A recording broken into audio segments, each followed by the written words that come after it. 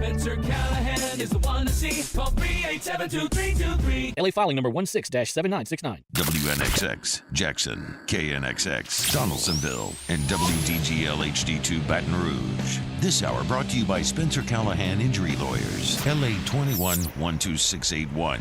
Offices in Baton Rouge. Now, The Hunt Palmer Show. You are now listening to The Hunt Palmer Show, brought to you by Rouse's Supermarkets on 104.5 ESPN Baton Rouge. Locking down the middle of the day. Live from the Mercedes-Benz of Baton Rouge studios. This is Hunt Palmer.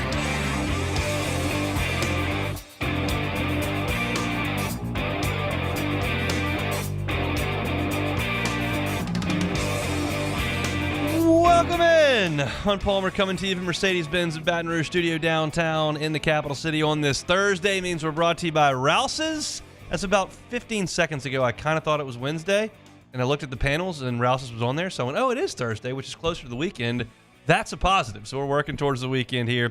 Glad you're hanging out with us. Got Jacob Beck and Cassie Spazzali back there on the ones and twos. Got your Thursday staples coming up here over the next 2 hours. Luke Johnson in 15 minutes talking Saints OTAs. We are going to have Joe Healy from D1 Baseball's SEC Extra Team kind of put a bow on LSU's season, what he thought from outside this Baton Rouge bubble, and maybe a thought on the SEC teams as they move forward in the Super Regionals coming up this weekend. LSU, Freedom of Information request from the Advocate reports.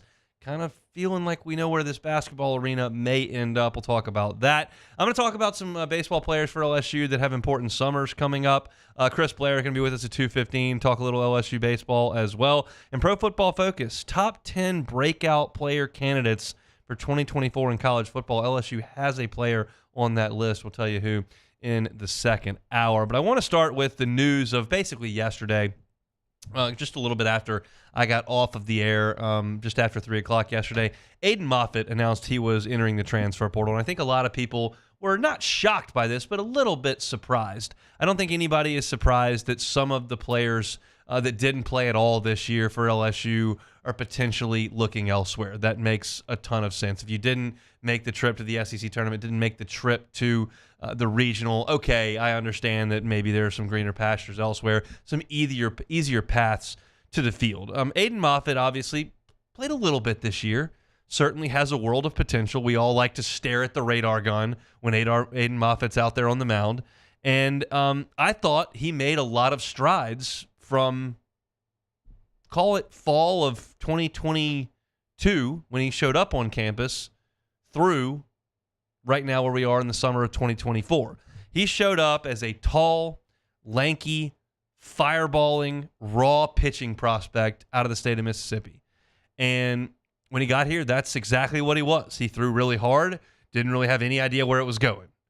And so he didn't pitch at all last year after the first couple of weeks. And so he goes off in the summer and kind of hones some things in. Looked pretty good, I thought, in the fall.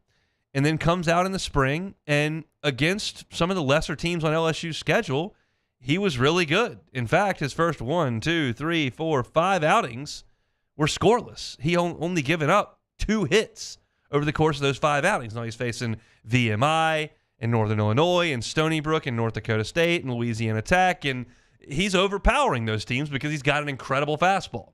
And he was working on the breaking ball, working on the command, and when you got into SEC play, Aiden Moffett really wasn't asked to do a whole heck of a lot. They did not go to him. And this is at the point in the calendar where LSU's kind of looking for anybody to show up in the bullpen, and really as a third starter.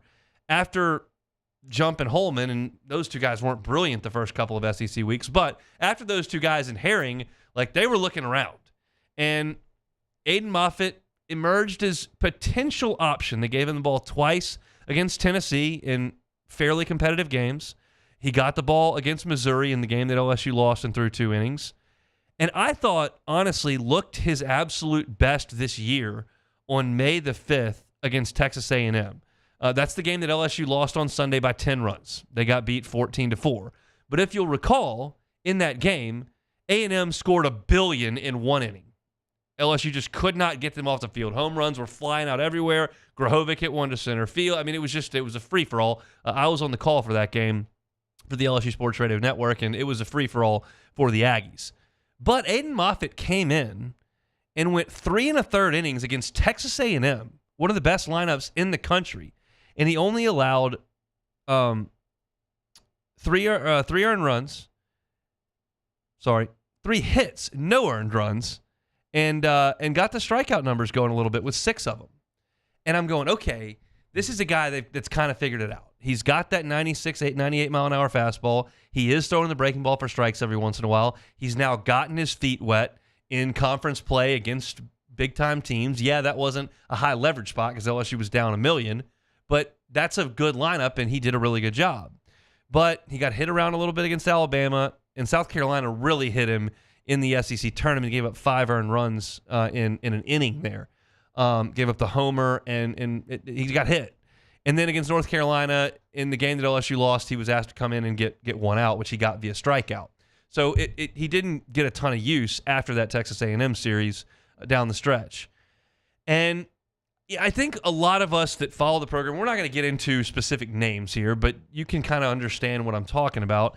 When guys go in the transfer portal, a lot of times you can look at it and go, that makes a lot of sense. A lot of times you can go, okay, that's not real big loss at all. A lot of times you can go, oh, that stings a ton. And a lot of times you can go, that was interesting. And that's one where I'm going, that's interesting. I don't think Aiden Moffett was a favorite to be a weekend starter in the LSU program, but I felt like he had a chance in his 3rd year in the program to be an impactful arm because of the talent that he has and because of the development I saw over the course of 2 years. But I don't know what the course of those conversations were. As we sit here right now, we just can't know how aggressive LSU is going to be in terms of numbers in the transfer portal. I can tell you they're going to be very aggressive based on some needs. We talked about those yesterday. They got to have a couple guys that can hit the ball over the fence. They got to have a couple guys that can hit doubles. They're looking at the corners of the infield, and they'll always look in the starting rotation. Like, there are some pieces to this that are very obvious that LSU can pursue. What I don't know and can't sit here and pretend to know is what Jay Johnson and Jamie Tutko and obviously Mark Wanaka and Josh Jordan and Nate Yeski, like what they think in terms of the guys that were on this roster, how many of them are leaving, how many guys are coming in, how many guys you want to add in the portal, and therefore how many guys need to move on from this roster that aren't out of eligibility or not going to the draft. I don't know. And so I don't know what Aiden Moffett's situation is. I don't know if this is 100% Aiden Moffett's decision.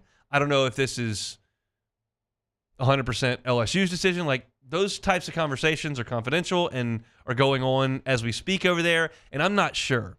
But as I look at it just from the outside and evaluating Aiden Moffett, I'm going, I could see that working out. And if you look at some of the guys that have already gotten in the transfer portal, I can pretty easily stay and go, I don't know if there's playing time at LSU for that player. So, again, I don't know that he's the guy that I would have leaned on for starting production next year, but I think there's an opportunity for him to be a bullpen guy. And as I look back, it's a little bit curious to me that he didn't get a little bit more mound time this year. I understand that you trust Nate Ackenhausen and you trust Gavin Guidry and you trust Griffin Herring, and those guys are going to get the highest leverage spots. But I'm not sure what differentiates some of the other bullpen options from Aiden Moffett this year. I don't know that Justin Lohr was significantly better option than Aiden Moffett. I don't know that Sam Dutton was significantly better an option than Aiden Moffett. Now, Sam Dutton doesn't walk as many guys in league play this year. Sam Dutton threw 7 2/3 innings. He only walked 3 guys. Aiden Moffett this year in his SEC outings threw 8 1/3 innings and walked 5 guys, but he struck out 10. You could keep the list going, but that one did not shock me, but I was like, that could have been interesting. But we can't provide the full context on Aiden Moffett at this point without understanding what the intention of this staff is over the next 3 weeks to a month in the transfer portal. If you start to see 5 pitchers added, like, I think you'll realize that was where their intention was all the way. If they think maybe that this freshman class is ready to come in and junior college class, this signing class is ready to come in and help, maybe so. But that's a guy that I do think could have helped LSU next year. That'll obviously look elsewhere. He simply signed off on Twitter last night, like, I'll be entering my name into the transfer portal, forever LSU, Purple Heart, Gold Heart, and moving on. And it wasn't shocking again, but I think that's a guy that potentially could have helped LSU. Our baseball breakdowns all season long have been brought to you by Plucker's Wing Bar. 2 locations, Nicholson just south of campus and Bluebonnet in front of the Mall of Louisiana. Want to watch some NBA Finals, want to watch some Super Regional Baseball this weekend, or just want some awesome wings and cold beer, Plucker's is your spot. A couple locations here in Baton Rouge, and they brought you our breakdowns all baseball season long. All right, we're going to talk some Saints OTAs. A lot going on over there. Luke Johnson has been all over it for the Advocate, and he's with us every single Thursday. Of course, we're going to talk to Chris Blair in the second hour. Joe Healy's coming up in 20 minutes, so don't go anywhere. It is a Thursday edition of The Hunt Palmer Show. You are now listening to The Hunt Palmer Show. Every shot, every goal, ESPN Bet has fans covered for the biggest moments on the road to the championship. The exclusive sportsbook of ESPN is the only place to find special offers and promotions from your favorite ESPN shows and personalities throughout the playoffs. New users can get a bet reset up to $1,000 in bonus bets if your first bet doesn't win. You heard that right. $1,000 bonus bet if your first bet doesn't win. So download ESPN Bet today. What a play. Gambling problem? Call 1-800-522-4700 in partnership with LeBears Lake Charles. Terms and conditions apply. See app for details. Get the 104.5 ESPN Baton Rouge app powered by Bayou Ford and tap the microphone icon to send us your thoughts in an audio message. Your message could be played on air during Off the Bench with Esther and T-Bob, The Hunt Palmer Show, and after further review with Matt Moscone. There it is, the extra mile, on the border of expected and extraordinary for those willing to go further, like vans customized for work or play, with safety and tech to keep you connected. Supported by a 5-star sales, service, and finance team. And backed by the 1-star you know. So go the extra mile. It's never crowded because so few have what it takes to go there. Mercedes-Benz Vans. Gulf Coast Bank and Trust is giving our customers the power to bank anywhere, anytime during this challenging event. And we're right there with you. Our mobile banking app is a smart way to manage your money and time. Gulf Coast Bank and Trust, the bank that cares about you. The Windsor Senior Living Community in Mandeville, Louisiana is a beautiful, vibrant apartment community geared toward seniors.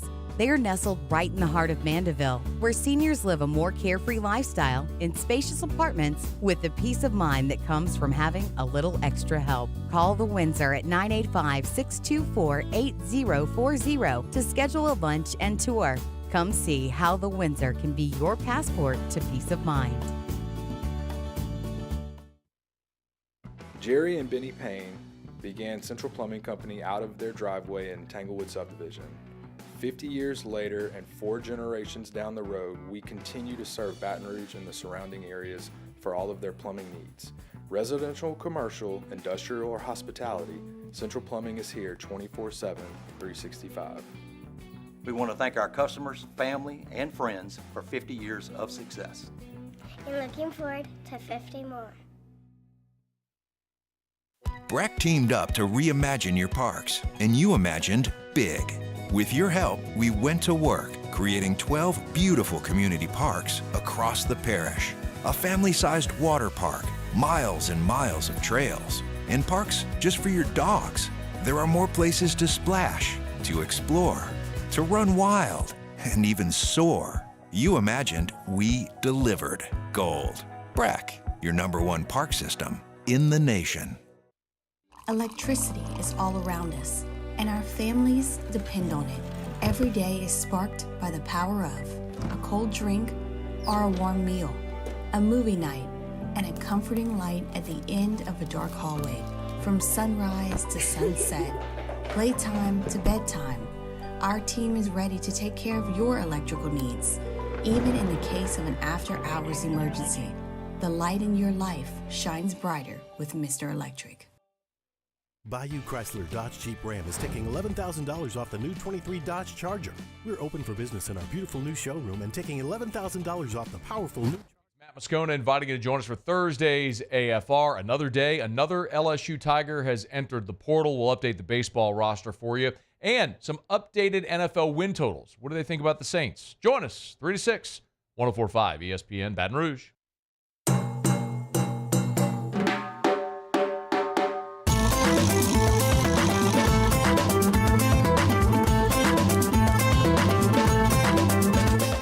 You're listening to The Hunt Palmer Show, brought to you by Rouse's Supermarkets. Rouse's Supermarkets, of course, the official supermarket of the New Orleans Saints. Luke Johnson covers said Saints for The Advocate, joins us every Thursday, talking some OTAs today. Luke, how are you, sir? I'm doing great, man. Thanks for having me on. Yes, sir. Was looking at some of the things y'all are writing over there for the paper, and one of the stories was written about Trevor Penning and kind of his development as y'all walk through these OTAs. And I'm curious for you, how much of this is mental for him? How much of this is physical? How much of this is confidence? I truly think it's a mix of everything.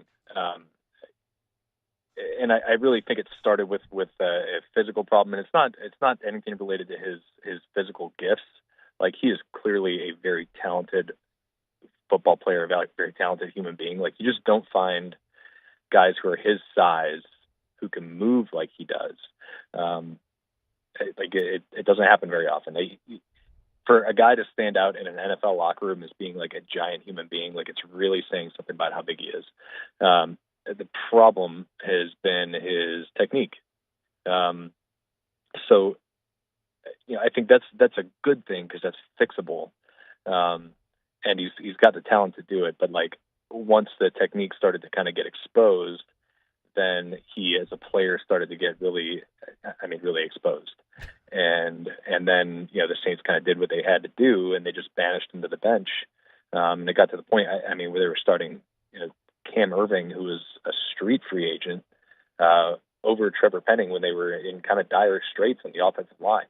It got to the point, I think he played 13 snaps in the final 11 games of the season.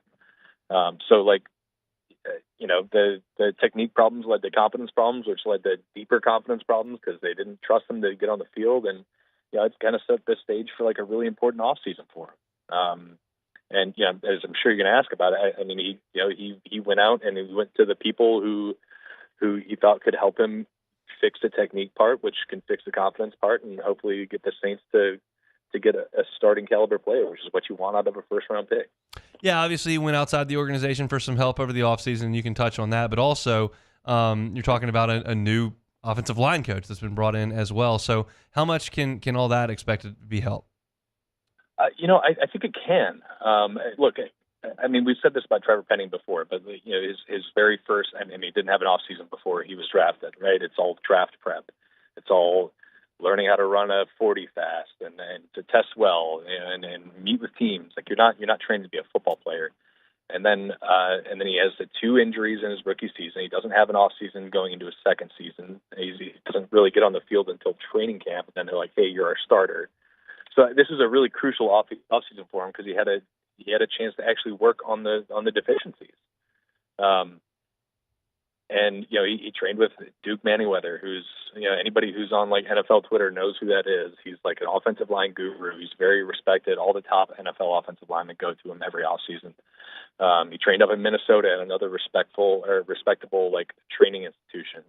And then you talk about the offensive line coaches the Saints brought in. John Benton and Rick Dennison are 2 highly regarded offensive line coaches with decades of NFL experience. And you're putting them in a scheme that theoretically plays to his advantage. It's a scheme that requires its offensive linemen to be on the move and to go out and get to blocks. And I think that can be helpful for him. I think a switch to right tackle can be helpful for him. You talk about it as a clean slate. And I think there's some truth to that, some legitimacy to that. So all this stuff is like lining up to be good, but now it's like totally on Trevor Penning to prove that he belongs. That's the part that remains to be seen, and that's the part that we're just frankly not going to get an answer on until training camp, which makes this like a bit of a dicey proposition for the Saints. For sure, what y'all are seeing right now is not full pads, it's not full go, but there's there are meaningful guys out there. We're seeing some reports. What can you tell us about what you've seen from the Saints offense in these OTAs as they've kind of gone through some live action? Yeah, I just think that you can see like what the bones of this offense are going to be. And I think that's like, look, this time of year is what it is. Everybody gets excited this time of year. Anytime there's change, there's optimism that goes along with it. But I really do think that the Saints offense has a chance to be good this year, as long as their offensive line isn't just a complete disaster. You can see some of the ideas are kind of starting to take shape. You can see Derek Carr looks really comfortable in this offense. You can see them taking advantage of players' speed and just doing different things, different drills in their individual work. You're just like, oh, okay, like you can see that where that would translate to the field. And they're giving the Saints defense fits with their motions, which is like something that everybody has just like been pleading for the last couple of years, is to just kind of follow this trend that has kind of taken over the NFL, where you're changing the picture up on the defense before the snap. So, like, I just think there's a lot of reasons to feel good about where it's going to end up. As with any like new scheme, I think there's probably going to be some growing pains early in the year. But I do think that by the time season's over, we're going to be talking favorably about what the Saints offense was able to do. Olave, Shaheed, what's it look like after that? I think it's still TBD. I think Cedric Wilson's done some nice things. He's out of all the free agents they signed this offseason, I think he's the only one that signed a longer than a 1-year deal. But I don't know if he's going to be like eat up a large share of that target percentage. I think it's going to be more. We haven't seen Alvin Kamara yet, but I'm expecting him to be a big part of the passing game. I think Taysom Hill is going to be a huge part of this offense as a receiver and a runner. I'm still not sold on A.T. Perry yet. We haven't seen like a ton of him doing like making eye-popping kind of catches or running routes or anything like that in this offense yet. But there's still a lot of time for that, and I think he had a really nice close to his rookie season. But I also think that there's a chance they continue to add to this room in the off season. There's still some guys out there who I think could help. I'm frankly like surprised Hunter Renfrow is not in the Saints uniform yet. I think it's in my eyes it's not necessarily complete yet. And I really want to see what Alvin looks like when he gets here. I'm assuming he'll be here next week. I'm excited to see if they can pull more out of Juwan Johnson and get him to be the guy he kind of resembled in training camp last year when he was just shredding the Saints defense on a daily basis, and then he just kind of disappeared when the season started. I think there's options, but I think it's potentially not done yet. Speaking of Kamara, who you expect to see next week, Dennis Allen said that he expects to see Marshawn Lattimore next week. Do you expect to see him next week? I do, but I am really curious about it. Like, it is going to be a big news story if he is not there. Everything we've heard from DA in the last month or so since OTAs started in the last 3 weeks, he's been playing the hey, we're rebuilding the relationship. We've been very frank about these discussions and everything like that, and we're communicating. We expect him to be there. All this stuff sounds good, but next week is where you really see if that's legitimate. I'm personally expecting him to be there, and if he's not, I think it says a lot about where they stand right now. What's the issue? Well, I think if you're a player like Marshawn Lattimore, the issue is that your name is coming up in trade talks, right? And if you're the Saints, you're looking at a very expensive player who's been a good player when he's been on the field, but he hasn't been on the field a lot. And then on top of that, you've kind of proven ability to develop guys behind him to fill in and have your defense not have this huge drop off. So I think from a Saints perspective, it's smart to even to consider the idea of a trade. If the market plays out and there's a want for him out there, but then you got to go back and manage the ego a little bit. I think that's the main issue. I don't know anything concrete about like Marshawn and any negative impacts in the locker room last year. I don't know if that's legitimate or not. But as far as like from a player standpoint, it's just he hasn't been on the field, and he costs a lot of money for a team that doesn't have a lot. No question about that. The last question that I thought was interesting that Dennis Allen answered earlier this week was about the expectations outside the building, and he kind of bristled and said, "No, we don't care about any of that except what's in our building," and that is the correct answer. But do you sense that could ratchet up pretty quickly here if the Saints don't get off to a good start against a really, really difficult schedule. Yeah, absolutely. I mean, like, let's just be clear about this. Like, this is a make or break year for Dennis Allen. And Mickey Loomis can talk all he wants about Chuck Noll and Tom Landry and all these other Hall of Fame coaches and their slow starts, but like that's not how the league works anymore. And you can't be out here having multiple seasons where you're not making the playoffs with an aging, expensive roster. Like it's just like they can't just like run this out forever. So yeah, if they get off to a slow start, like the heat's going to turn up. And Dennis, I mean, he's gotten prickly about this stuff in the past. Yeah, you can say it doesn't bother him as much as he wants, but like, I don't know if I necessarily believe that. I mean, he's gotten a lot of heat in the past, and I think it's gotten to him a little bit. He's felt the pressure.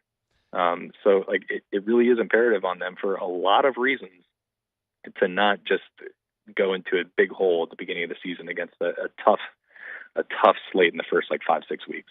I completely forgot about that Chuck Noll press conference until you just brought it up. That was very special. But I completely agree with you there. I think that was an error in judgment on Mickey Loomis's part. It's like there's no reading of the room going on before that. So that's I completely forgot about that. Luke, we appreciate it. We'll talk next week after a mandatory minicamp. Thanks, man. Sounds good, man. Talk to you soon. Luke Johnson, Saints reporter for The Advocate, at @ByLukeJohnson on Twitter for all your Saints news. Man, I forgot about that. We got a good coach. Look at all these guys. They could have gotten fired. They're in the Hall of Fame. I don't know if DA's ticketed directly for Canton at this current juncture, but I guess we'll just have to wait and see. Time will tell that story. All right, we'll talk a little baseball with Joe Healy, SEC Extra, part of the D1 baseball team. Talk about LSU's finish, what he thinks about the LSU's program moving forward, and certainly a thumbnail or two on the SEC teams that are left. I'd really like it if they all wanted to bow out this weekend, but I have a sense that's probably not going to happen. We'll talk with Joe Healy coming up next. You are now listening to The Hunt Palmer Show. Visit us at LeBear's Baton Rouge Casino this spring for all the hoops and hockey playoff action. We got the biggest screens, the best food and drink, plus giving away Penn Cash bonuses and prizes to Penn Play Rewards members. If you're not a member, join today by downloading and registering for the Penn Play app from the App Store. Unlock all the fun, including a chance to win up to $2,000 in Penn Cash. All this and more. Make LeBear's Baton Rouge Casino your spring sports viewing headquarters. Must be 21 or older. Gambling problem? Call 1-800-522-4700. Our listeners fire off their opinions on the jimsfirearms.net hotline at 499-1045. Keep listening for your next chance to shoot us your thoughts with the jimsfirearms.net hotline on 1045 ESPN Baton Rouge. Bayou Ford has the new inventory to get you in a new Ford truck or SUV today, or customize your next vehicle just the way you want it. All new Bayou Ford vehicles come with a 1 million mile powertrain warranty. The crew at Bayou Ford is going to do right by you.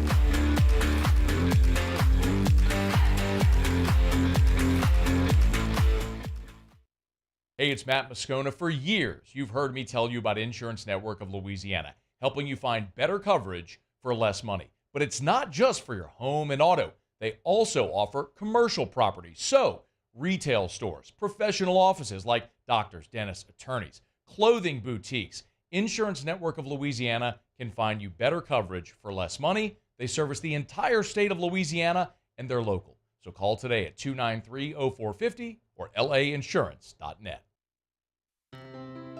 When it comes to ending cancer, we push forward, always working together for you.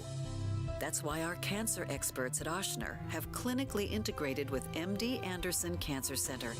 This means advanced cancer care, including access to life-saving clinical trials and integrating care to treat the whole you. Introducing Ochsner MD Anderson Cancer Center. Long live you. I've been doing business with Luba for 25 years. They're dependable, trustworthy. It's just the attention to detail with our clients. Our folks have years and years of experience. They're highly trained professionals. But many companies have that asset. What I'd like to think makes Luba a bit different is that we use those talents in a way that truly is dedicated to serving the needs of the folks who depend on us. Jerry and Benny Payne began Central Plumbing Company out of their driveway in Tanglewood subdivision.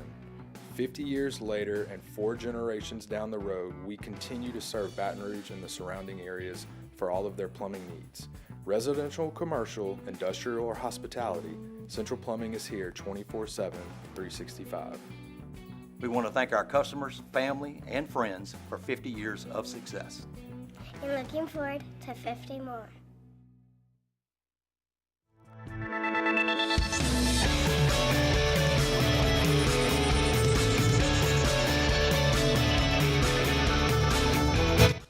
Join me and Jimmy Ott for the next edition of Live at Lunch from Rufino's on Highland Road. We're taking a look to the Super Regionals and back at Game 1 of the NBA Finals. Live at Lunch, 11 a.m. Friday from Rufino's on 104.5 ESPN Baton Rouge.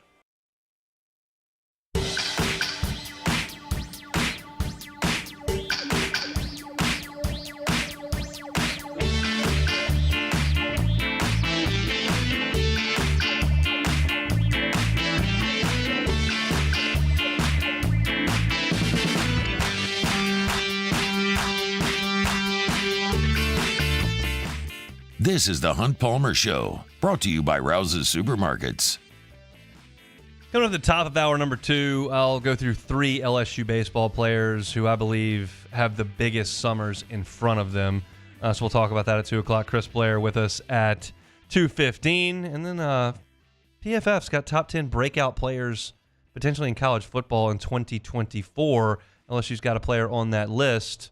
Who might that be? We'll talk about that in hour number 2. Plus, got some information coming up on where LSU plans to potentially build its new arena that's going to be more than just a basketball arena, kind of a whole business complex with a lot of hospitality, restaurants, bars, entertainment district, if you will. Freedom of Information request over at The Advocate, and they kind of put that together and kind of determined where things are headed. So I'll give you my thoughts on that coming up. I want to remind you that our Thursday shows are brought to you by Rouse's Markets. Always an awesome idea to download the Rouse's app. I personally love going in to shop at Rouse's. It's a great shopping experience. But if you don't have time to go in there and jump into Rouse's, do all your shopping right there on the app. You can have your personal shopper go pick everything up. And then when it's time for you to pull up curbside, they can block it right out. As long as you spend $35, you will not spend another cent on your curbside pickup over there at Rouse's. No luck with Joe?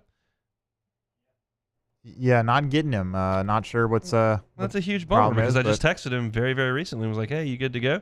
Not sure if it could be an issue with our phones or what, but we'll see.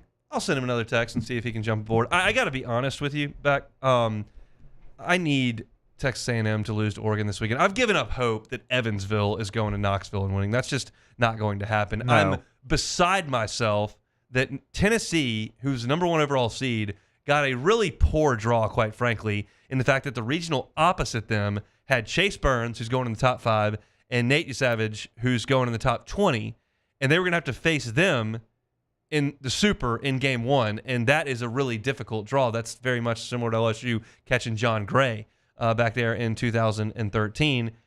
And what shows up in Knoxville for Super Regional Weekend? The Evansville Aces. That's devastating. Yeah, I don't think they're going to have too many problems dispatching the Purple Aces. Are they the Purple Aces? I think so. I did a Pluckers trivia round on teams that were in the regional round that I gave you the name. You had to give me who the team was.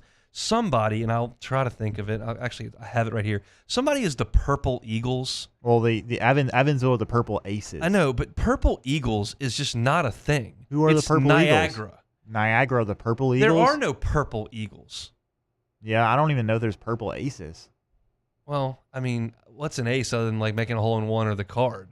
You could technically make a purple card. I guess you could dye an eagle purple, but that's just a goofy name to me. Purple Although, Eagles. I mean, like Southeast Missouri State's the Red Hawks. Are they Red Hawks? Maybe they're Red Hawks. I guess there's got to be a reason why they would be the Purple Eagles. I don't know. So I wanted to talk with Joe about the prospects for the SEC to keep moving on. I personally don't like Georgia's chances. They just don't pitch enough. It is a massive red flag when you bring your ace back on 1 day of rest to get 3 outs in the regional. I realize LSU went to theirs on 2 days rest. That's a little bit more palatable than like 1 day rest, and that's what Georgia had to do.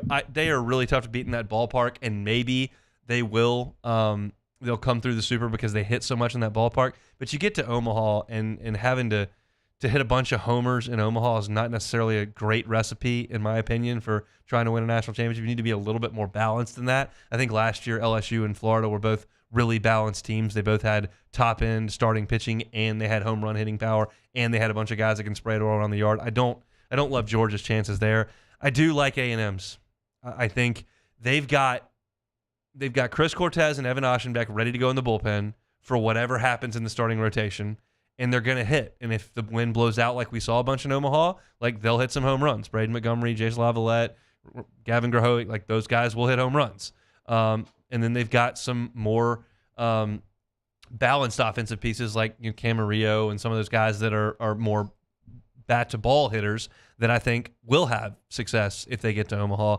And I just simply cannot have A&M being joyous and winning a national championship. That is one of the great still punchlines that we have in the Southeastern Conference, that A&M, with all its money and all its resources and all its tradition and all that, and then all of its money, like, hasn't won anything ever.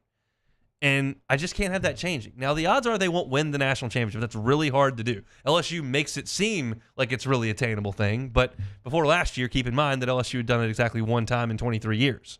So it's tough to do, and hopefully one of those other teams comes through. I'm currently in the process of shedding my dislike for North Carolina because I watched them play my team for 3 days and watched the emotion that poured out in that deal, and I'm staring at that uniform and I'm pulling against it so hard, and it's triggering me emotionally. I'm trying to shed that because I really don't have any ill will towards North Carolina's athletic programs.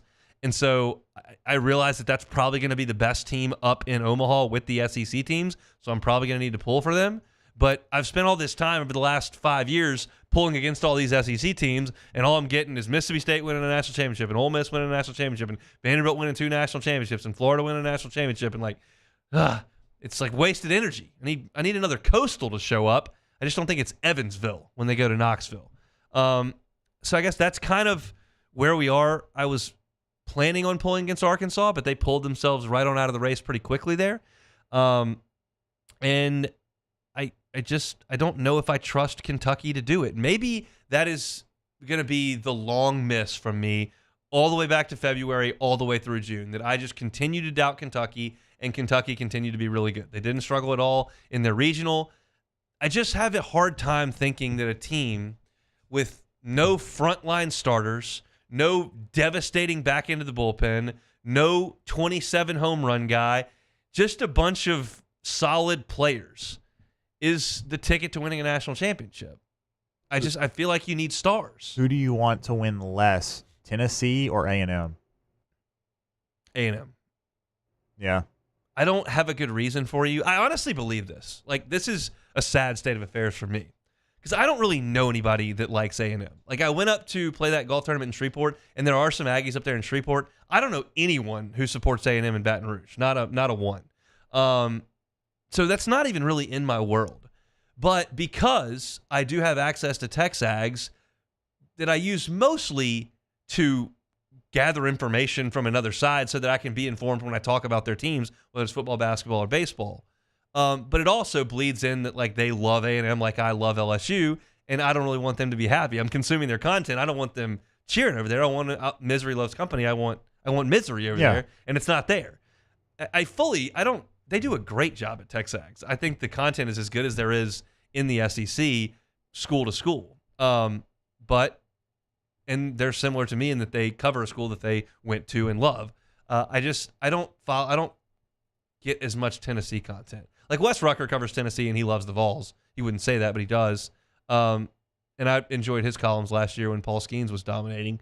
But I just can't have A&M winning a championship in anything. Well, they did win the women's golf. Was it tennis? Yeah, It was tennis. Yeah, and we got a nice. Somebody. And they sawed the varsity's horns off and did the whole thing, and everybody on the internet made fun.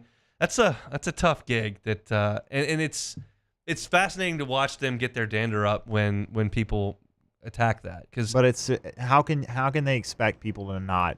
So, and this is in Take It or Leave It, and we'll take it out because we'll just talk about it now. Like my dislike for A&M. There are actually a lot of things about Texas A&M I very much appreciate. I think the swaying in the stadium is really cool. I think that Aggie Warham thing is really cool. I think that they have an incredibly passionate fan base. I think Kyle Field is incredible. I like the fact that they care a lot about baseball. I think there's a lot of things they do that their band is ridiculously awesome. If you ever watch their band and the cadets like march, it's incredible. I think that blowing bubbles at a baseball game is stupid. I think that the yell leaders are goofy, and the whole yell practice thing, now that we can see it because they film it and put it on the internet, is I can't imagine anyone attending that and thinking that they were getting fired up or excited to play a football game when you have like kind of goofy guys giving bad jokes and doing weird hand motions. It's just not good. If they would just stick to the Warham, and like here's even the thing. I don't even know if they do this on purpose, but I've definitely noticed this, so they must do it on purpose. Have you noticed if you watch a Texas A&M football game on TV that they yell at a different like pitch than everybody else? Yes. It's lower. And you can actually, and I think they probably do that on purpose, and I think that's cool too. I can't be blowing bubbles at a baseball game. No. Myers blows bubbles in my backyards too. I don't know where they got that from, but I do know 10 years ago. I do know that there's a soccer team in the English Premier League that they do that after every game, and so maybe they were inspired by that, but I don't know why. I don't know why we're blowing bubbles at 12th man is awesome. Yeah. Having a walk on, wear number 12 and run down on the kickoff team is awesome. Like, I'm perfectly willing to admit when SEC teams do things that are really cool, and A&M has some things that are really cool. They just also have some things they need to just cut right on out. Like, they just need to those yell leaders. The dog Reveille is cool. I like Reveille. Yeah, I mean, that's a cool looking collie. That's a good dog. I mean, I think you just need to go with just the cheerleaders. Go with the male cheerleaders, the female cheerleaders, and just kind of do some cheerleading things. If you want to do some things that maybe have some hand motions to them, like that's fine too. Our LSU student section does goofy hand motions too. But it's not even the football game yells, quite frankly. It's that stupid yell practice. That's the problem. It's just bad. Go to the bar. It's Friday night. You're in college. It's a football weekend. Head on out and, go to the bar or hang out at your friend's house.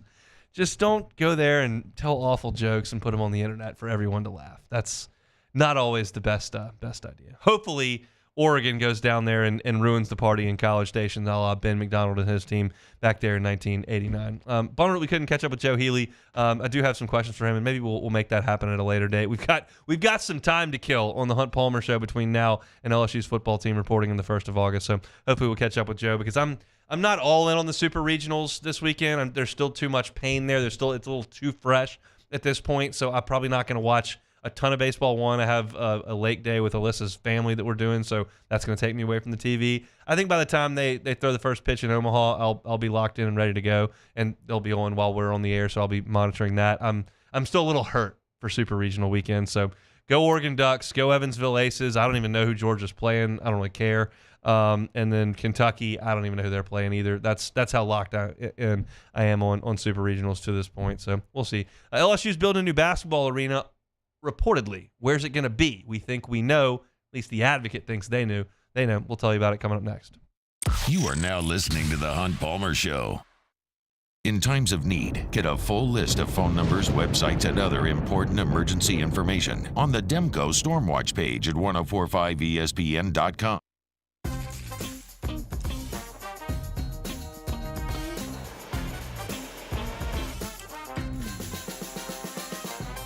The best kept secret in town is out. Discover Tallulah at the Renaissance Hotel on Bluebonnet.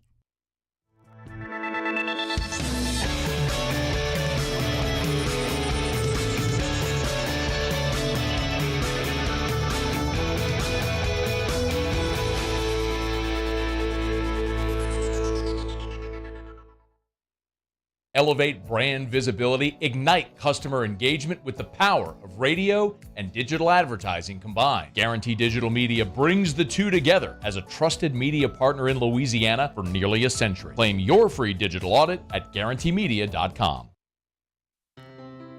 When it comes to ending cancer, we push forward, always working together for you. That's why our cancer experts at Ochsner have clinically integrated with MD Anderson Cancer Center. This means advanced cancer care, including access to life-saving clinical trials and integrating care to treat the whole you. Introducing Ochsner MD Anderson Cancer Center. Long live you. Breck teamed up to reimagine your parks, and you imagined big. With your help, we went to work, creating 12 beautiful community parks across the parish. A family-sized water park, miles and miles of trails, and parks just for your dogs. There are more places to splash, to explore, to run wild, and even soar. You imagined, we delivered gold. Breck, your #1 park system in the nation. Electricity is all around us, and our families depend on it. Every day is sparked by the power of a cold drink or a warm meal, a movie night, and a comforting light at the end of a dark hallway. From sunrise to sunset, playtime to bedtime, our team is ready to take care of your electrical needs. Even in the case of an after-hours emergency, the light in your life shines brighter with Mr. Electric. Hey, it's Matt Moscona. For years, you've heard me tell you about Insurance Network of Louisiana, helping you find better coverage for less money. But it's not just for your home and auto. They also offer commercial property. So, retail stores, professional offices like doctors, dentists, attorneys, clothing boutiques. Insurance Network of Louisiana can find you better coverage for less money. They service the entire state of Louisiana, and they're local. So call today at 293-0450 or lainsurance.net. Bayou Ford has the new inventory to get you in a new Ford truck or SUV today, or customize your next vehicle just the way you want. All new Bayou Ford vehicles come with a 1 million mile powertrain warranty. The crew at Bayou Ford is going to do right by you.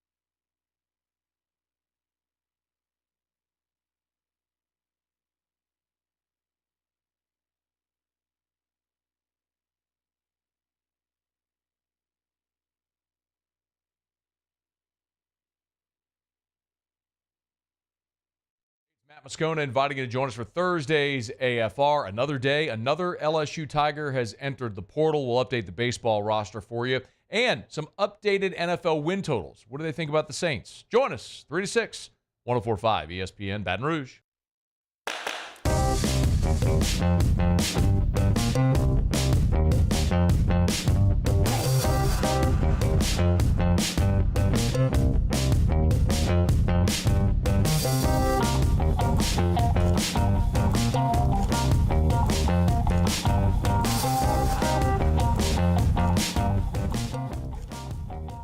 .104.5 ESPN Baton Rouge is excited to partner with our sister station Eagle 98.1 and WBRZ TV on a rare opportunity for local bands in our area to be the featured act for Kenny Wayne Shepherd's July 13th show at the River Center.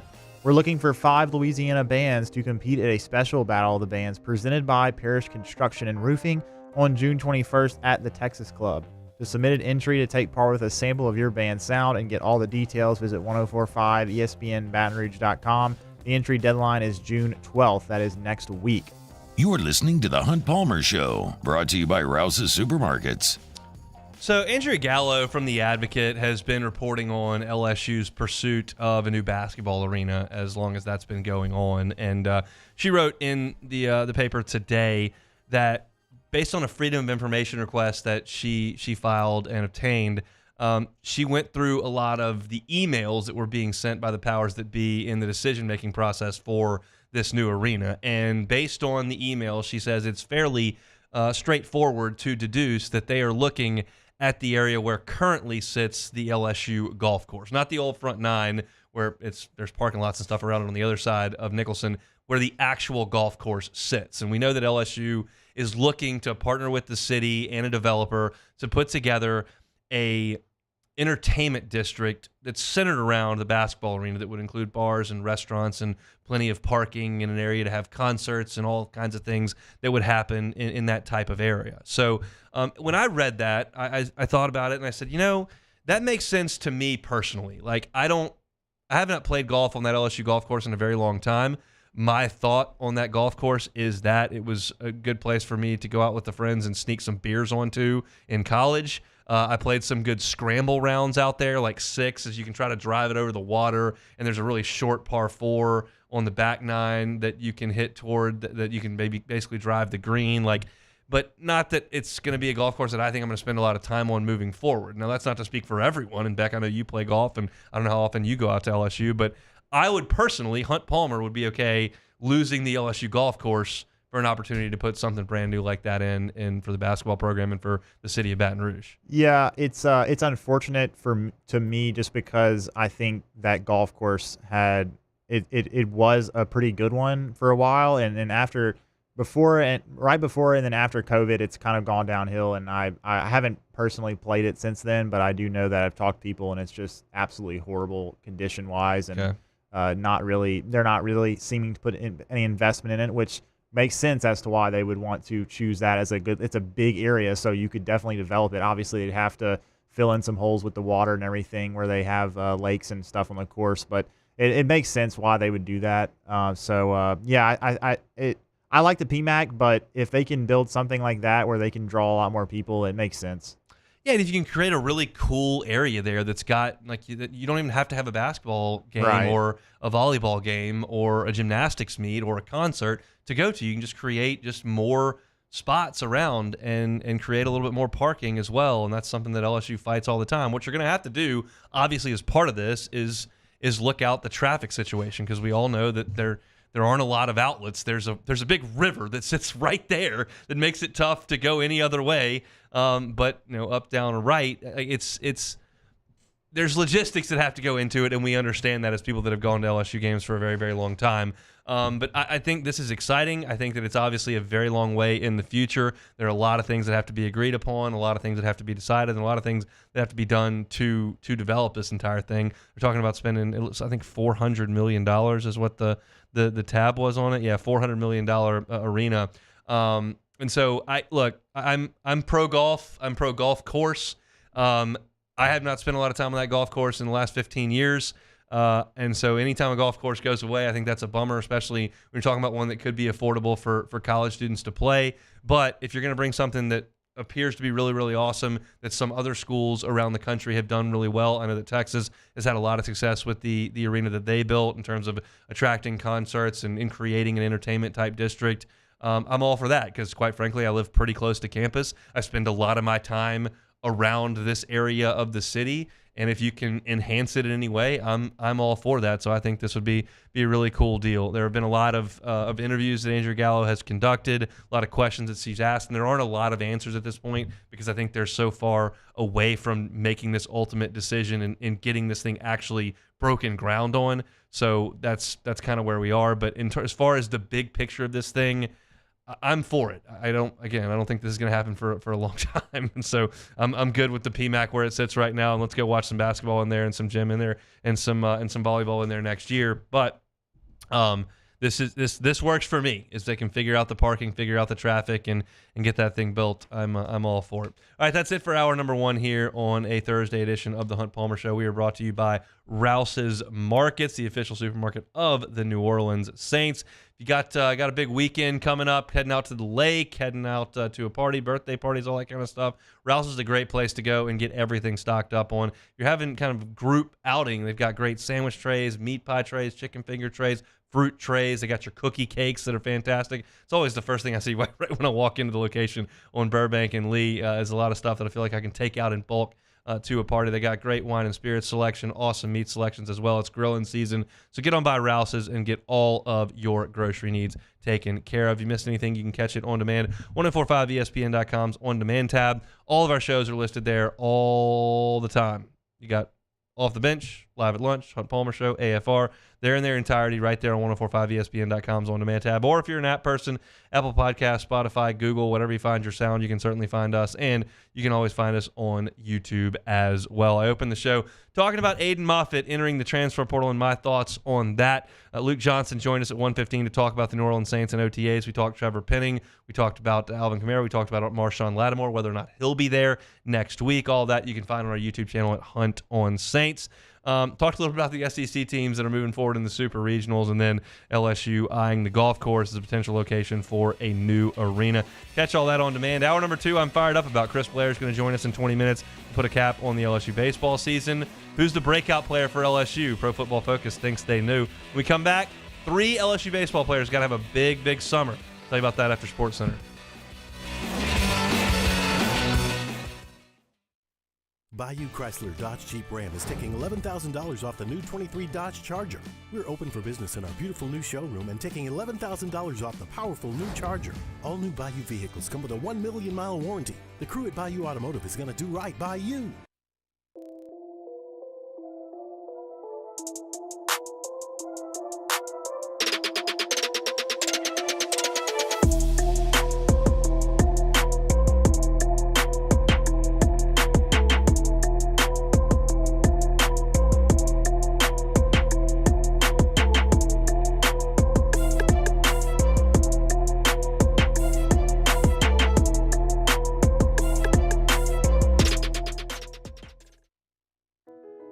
I've been doing business with Luba for 25 years. They're dependable, trustworthy. It's just the attention to detail with our clients. Our folks have years and years of experience. They're highly trained professionals, but many companies have that asset. What I'd like to think makes Luba a bit different is that we use those talents in a way that truly is dedicated to serving the needs of the folks who depend on us. Jerry and Benny Payne began Central Plumbing Company out of their driveway in Tanglewood subdivision. 50 years later and 4 generations down the road, we continue to serve Baton Rouge and the surrounding areas for all of their plumbing needs. Residential, commercial, industrial, or hospitality, Central Plumbing is here 24/7, 365. We want to thank our customers, family, and friends for 50 years of success. And looking forward to 50 more. Breck teamed up to reimagine your parks, and you imagined big. With your help, we went to work, creating 12 beautiful community parks across the parish. A family-sized water park, miles and miles of trails, and parks just for your dogs. There are more places to splash, to explore, to run wild, and even soar. You imagined, we delivered gold. Breck, your #1 park system in the nation. Electricity is all around us, and our families depend on it. Every day is sparked by the power of a cold drink or a warm meal, a movie night, and a comforting light at the end of a dark hallway. From sunrise to sunset, playtime to bedtime, our team is ready to take care of your electrical needs. Even in the case of an after-hours emergency, the light in your life shines brighter with Mr. Electric. Hey, it's Matt Moscona. For years, you've heard me tell you about Insurance Network of Louisiana, helping you find better coverage for less money. But it's not just for your home and auto. They also offer commercial property. So, retail stores, professional offices like doctors, dentists, attorneys, clothing boutiques. Insurance Network of Louisiana can find you better coverage for less money. They service the entire state of Louisiana, and they're local. So call today at 293-0450 or lainsurance.net. When it comes to ending cancer, we push forward, always working together for you. That's why our cancer experts at Ochsner have clinically integrated with MD Anderson Cancer Center. This means advanced cancer care, including access to life-saving clinical trials and integrating care to treat the whole you. Introducing Ochsner MD Anderson Cancer Center. Long live you.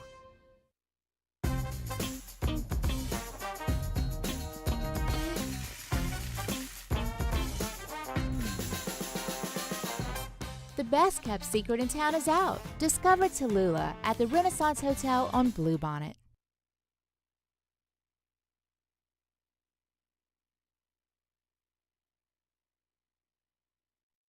Sports Center.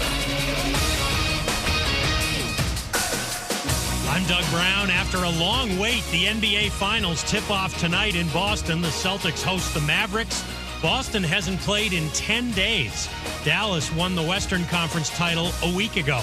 Our coverage of Game 1 starts at 7:30 Eastern here on ESPN Radio, 8 Eastern on ABC.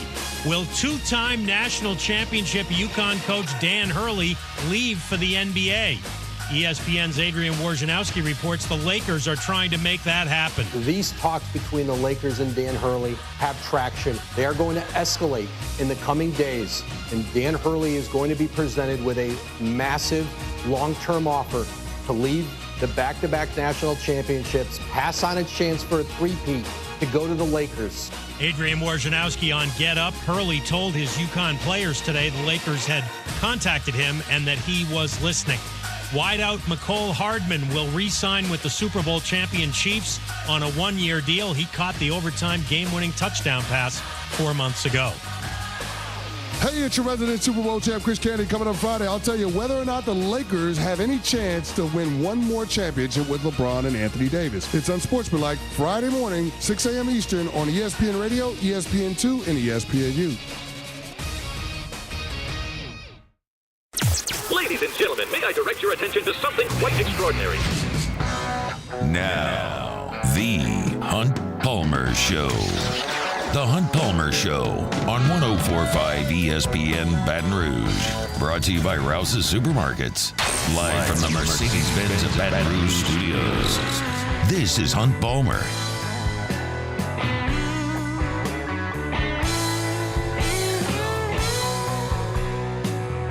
Hour number 2, Thursday edition of the Hunt Palmer Show, working towards the weekend. Thanks for hanging out with us on 104.5 ESPN Baton Rouge. Clips Blair in 15 minutes, putting a bow on LSU's baseball season. Pro Football Focus has 10 breakout stars for college football in 2024. One of them is an LSU Tiger. I'll tell you who coming up in 30 minutes. But I want to start here with LSU baseball as exit meetings have concluded over there at the box, and now it's time to go out to for the summer. And for some, it's looking for a new home. For some, it's all eyes on the draft. For some, it's go out and get better. And that's what I want to talk about here is the 3 players on this team that I think need to have the most impactful summer. When I talk about summer ball, one name always comes to mind for me. And this is a guy that was a freshman on the 2013 team and was overmatched. And he went out to Cape Cod in the summer, and I was tracking it, not daily, but checking once, twice a week. I was going, man, he's really hitting the ball. And he came back for the next 2 years and absolutely lit it up and ended up being a Major League Baseball player. And that was Andrew Stevenson. He was completely overmatched as a freshman in 2013. When LSU played Oklahoma in that super regional and he was playing in center field and hitting against John Gray, I suggested from the press box that he should square around and bunt every time because there's no way he is ever going to make contact against Jonathan Gray. And I felt that way at that point. I don't know if he did, but he didn't make much contact. He was a 180 hitter on that team, but he played a great center field, and they trusted him out there, so they just let him hit 180 and go. But he went out to Cape Cod, wouldn't bat, focusing only on baseball, no longer playing football wide receiver, and grew into a much better hitter. And he came back in the fall and then showed up in the spring, and he was a 375, 380 guy for LSU with all that speed his last 2 years. Ended up playing in the big leagues, like I said. So that's pie in the sky stuff. But the summer is an opportunity for you to work on your game. You don't have to worry about doing the right thing for the team as much and knocking guys over. You don't have to worry about the pressure of playing for a national seed or winning a regional or playing an SEC game. It's about grabbing a bat, playing in front of 180 people in some nice weather, and enjoying baseball and improving. You don't have to go to school. You're not required to do media. It's an easier way to go about things. And I think there are 3 guys that I could look at from this team that I would suggest really need to go out and have a really strong summer. And it turns out that as I look at the summer assignments, that they're all going to be in the same spot. They're all going to be in the Cape Cod League. Most of the time when I do this segment, it's going to be freshmen becoming sophomores. And we'll start with a couple of those. The first is Jake Brown. I'm probably, because we've been doing this for 4 months, desensitized to the fact that I did not know as of Christmas that Jake Brown was a legitimate hitter. I did not know that. Like, I should have known that. I cover the team. I'm supposed to relay information to you all, give an informed opinion. My opinion was, and based on any information that I had, was that Jake Brown was a left-handed pitcher and a really good one. I didn't know that he was an elite-level athlete. Thought, sure, good enough athlete, but I did not know he was going to be playing center and right field in the regional.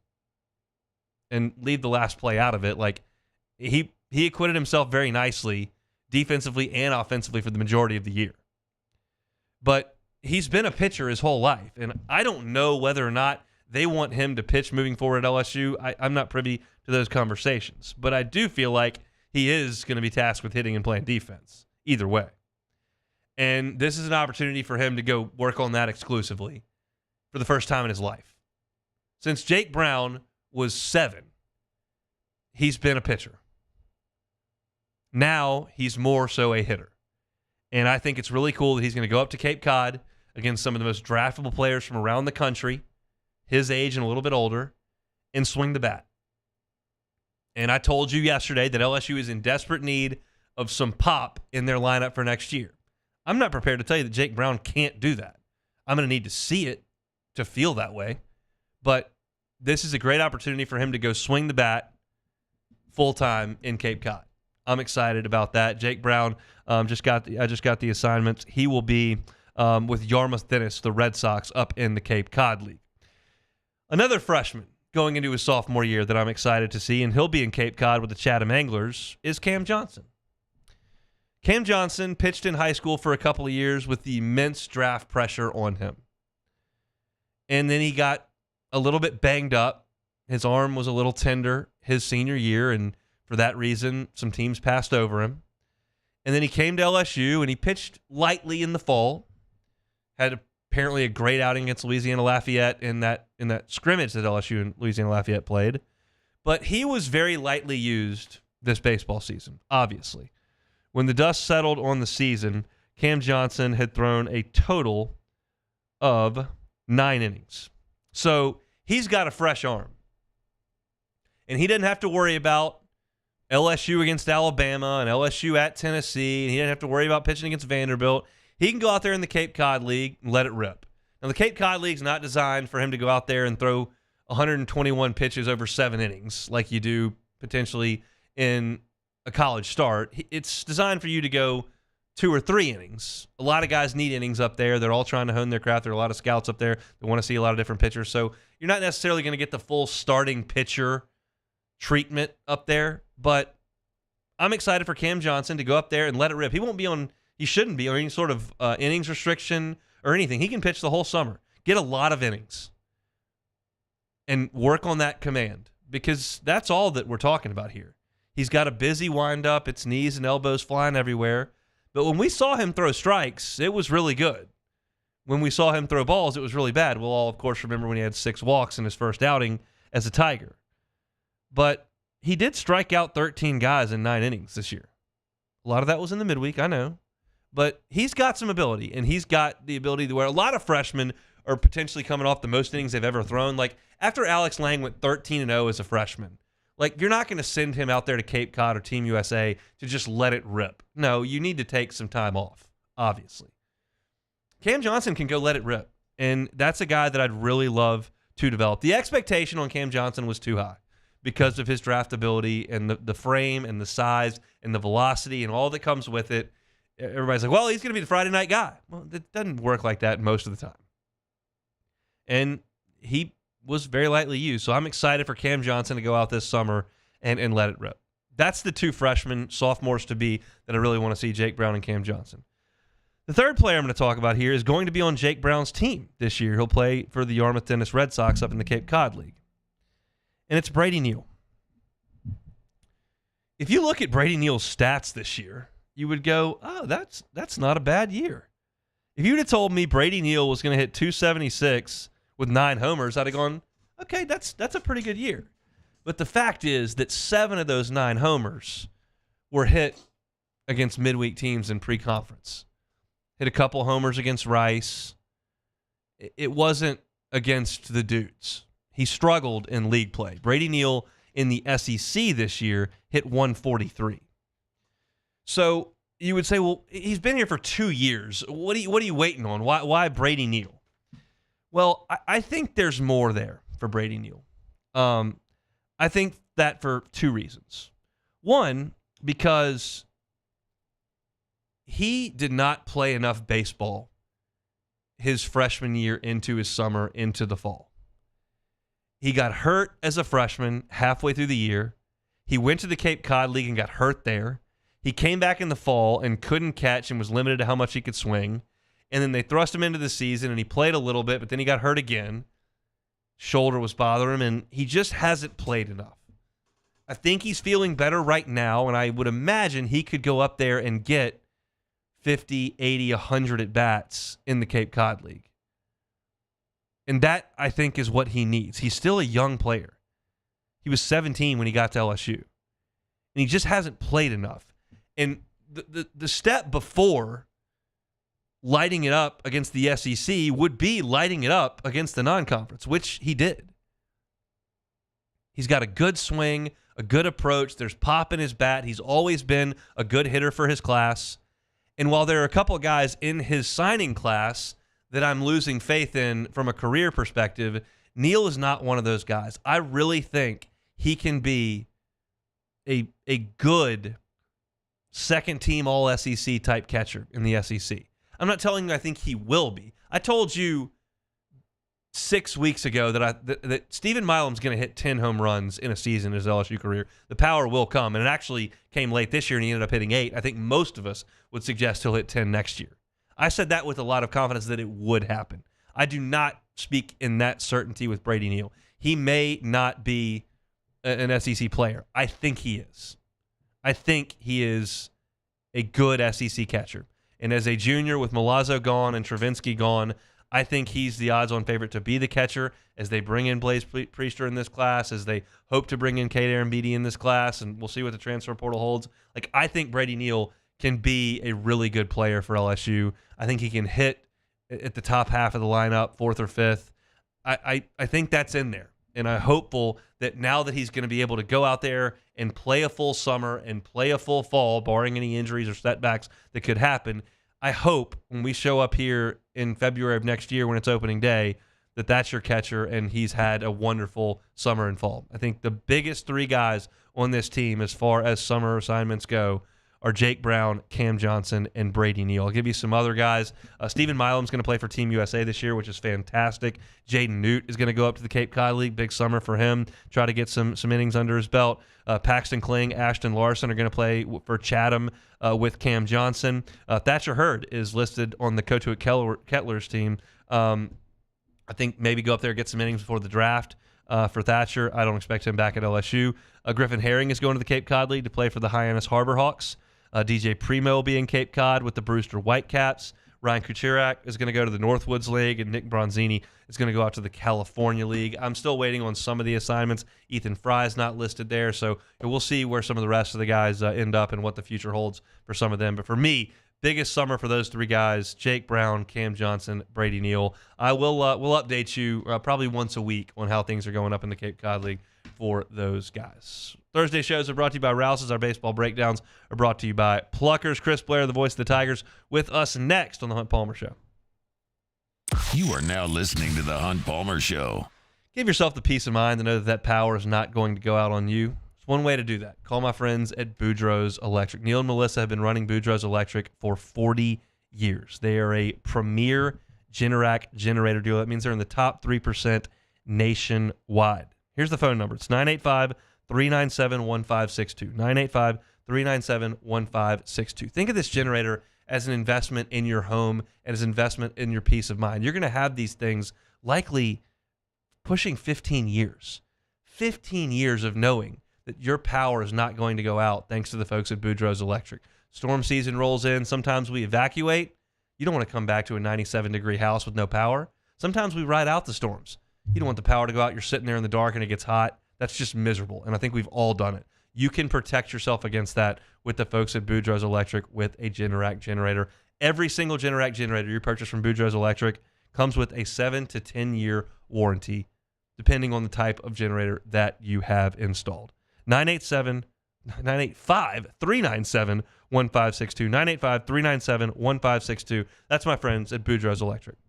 Get the 104.5 ESPN Baton Rouge app powered by Bayou Ford and tap the microphone icon to send us your thoughts in an audio message. Your message could be played on air during Off the Bench with Esther and T-Bob, The Hunt Palmer Show, and after further review with Matt Moscone. Farming is a way of life for us. It's not something we get up in the morning and dread going do. It's just something we go to bed at night looking forward to getting up to go do. John Deere equipment is what we as farmers strive to have. So it's in your blood, it's in your veins. It's just a part of who you are. Green is what we want to be in. The other tractors were acquired to patch it up to get to where you want to be. Where we want to be is in John Deere. Flip the switch and learn more about what it means to be powered by sunshine at sunequip.com. There it is, the extra mile, on the border of expected and extraordinary for those willing to go further, like vans customized for work or play, with safety and tech to keep you connected, supported by a 5-star sales, service, and finance team, and backed by the 1-star you know. So go the extra mile. It's never crowded because so few have what it takes to go there. Mercedes-Benz Vans.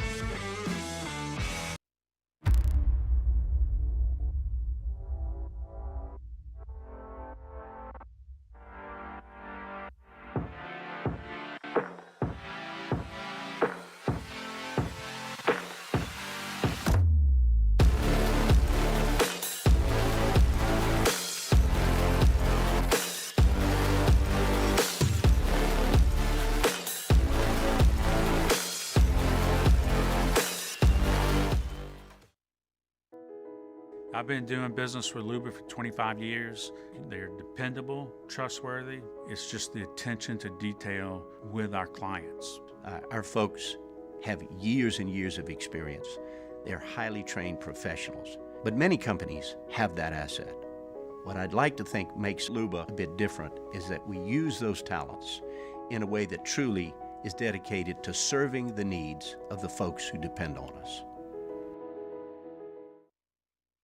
Jerry and Benny Payne began Central Plumbing Company out of their driveway in Tanglewood subdivision. 50 years later and 4 generations down the road, we continue to serve Baton Rouge and the surrounding areas for all of their plumbing needs. Residential, commercial, industrial, or hospitality, Central Plumbing is here 24/7, 365. We want to thank our customers, family, and friends for 50 years of success. And looking forward to 50 more. Breck teamed up to reimagine your parks, and you imagined big. With your help, we went to work, creating 12 beautiful community parks across the parish. A family-sized water park, miles and miles of trails, and parks just for your dogs. There are more places to splash, to explore, to run wild, and even soar. You imagined, we delivered.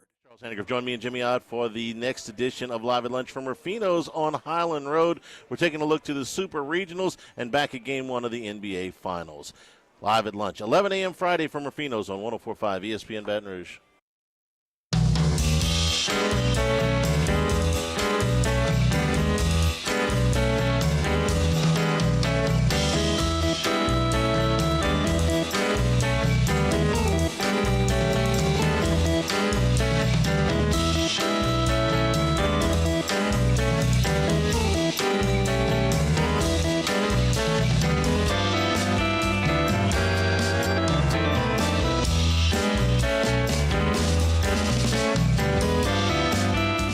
This is the Hunt Palmer Show, brought to you by Rouse's Supermarkets.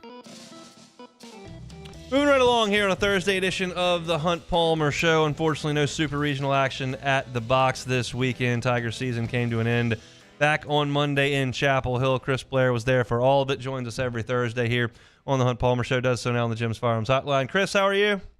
Good, Hunt. How are you? I'm doing good. You got some plans this weekend? You're just going to sit on the couch all weekend? No, I got a big, long list that was waiting for me when I got back from Chapel Hill. So I'll be busy for the next little bit. So hopefully there'll be some time to sit down and look back at what was a very exciting year to be a part of LSU. It was, and obviously came to an end a little bit more quickly than we wanted as of Monday. But looking back 6 weeks ago, I don't know if anybody thought we were going to be there. So what's your takeaway as it all comes to a close? Yeah, it's interesting because I was thinking about this, actually flying back with the team, going into the season. You come off a national title, and obviously, it doesn't get any better than that. And, I think a lot of us, and when I say a lot of us, I mean anybody who follows the team and anybody who follows college baseball, had high expectations for this year's squad. But, that's LSU. I mean, that's next year it'll be the same thing when we get around to December and January and everybody's looking towards the start of the season. They'll probably still be talking about what the expectations are, and they'll be high. And then you go through those first 5 weeks of conference play, and everybody's kind of scratching their head. And to me, it was just cool to look around the plane and look at the guys that were, guys that at the beginning of the season we thought were going to be the go-to guys, and then guys who were not doing that much, early part and middle of the part became, featured players down the stretch. And so to me, it's a team that certainly gave it everything they had and came up short against a team that, frankly, I didn't feel good about, getting the North Carolina draw. I know a lot of people looked at that when the brackets came out and thought, well, that's great for LSU. But, I mean, it is a team that only had lost 2 games at home. And while I don't think they play the schedule that a number of teams LSU had played have, there's something about, having success at home. And eventually it came down to 1 game, and North Carolina made the plays late. What did you think was the biggest difference from LSU in the second half of SEC play into the postseason? What was the biggest thing that helped them change the direction of the season? I think the bullpen was a big factor because I think you knew what you had. I mean, first of all, let me say Gage Jump emerging because, again, not a lot of innings under his belt when he started taking the mound at LSU. I mean, he certainly was expected to be a number 1 guy, but to watch him kind of emerge as that was fun to watch. And Luke Holman was pretty steady the entire season. But, it came down to bullpen. I mean, you look at some of those early SEC series where, at Mississippi State, didn't get off to a great start. And you think, okay, well, that's the first series, hostile environment, a team with a chip on their shoulder. And then the Saturday game 2 against Florida, slips away from you. You got the Vanderbilt game, and it was kind of like, can we, have a bullpen that'll come in and put up shutout innings? And, I think eventually you were able to find that, certainly on the back half of the SEC. And then the job they all did really going back to Hoover and even through the games in Chapel Hill. So I think a lot of it goes to, putting the right guys in the right seats, out of the bullpen.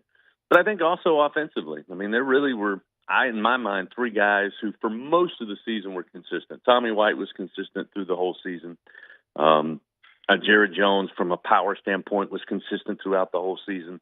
Hayden Travinski, while he scuffled a little bit there, at the end of the year, I mean, he's still double-digit home runs. But for Michael Braswell, to me, that was a big surprise that not only did he, bat well in conference play, but continued to do it. It wasn't just a couple of weeks. He really only had 1 bad series at the plate, and that was against Texas A&M. And then I think Stephen Milam adding some power and adding some danger to the lineup. I think you had, at one point, not a lot of fear for opposing pitchers, and I think that changed a little bit down the stretch. So I like to give both teams credit. And something that, even Jay and I laughed about, we didn't talk enough about in Hoover and obviously in Chapel Hill, is for the most part, this team defensively, I think, played extremely well.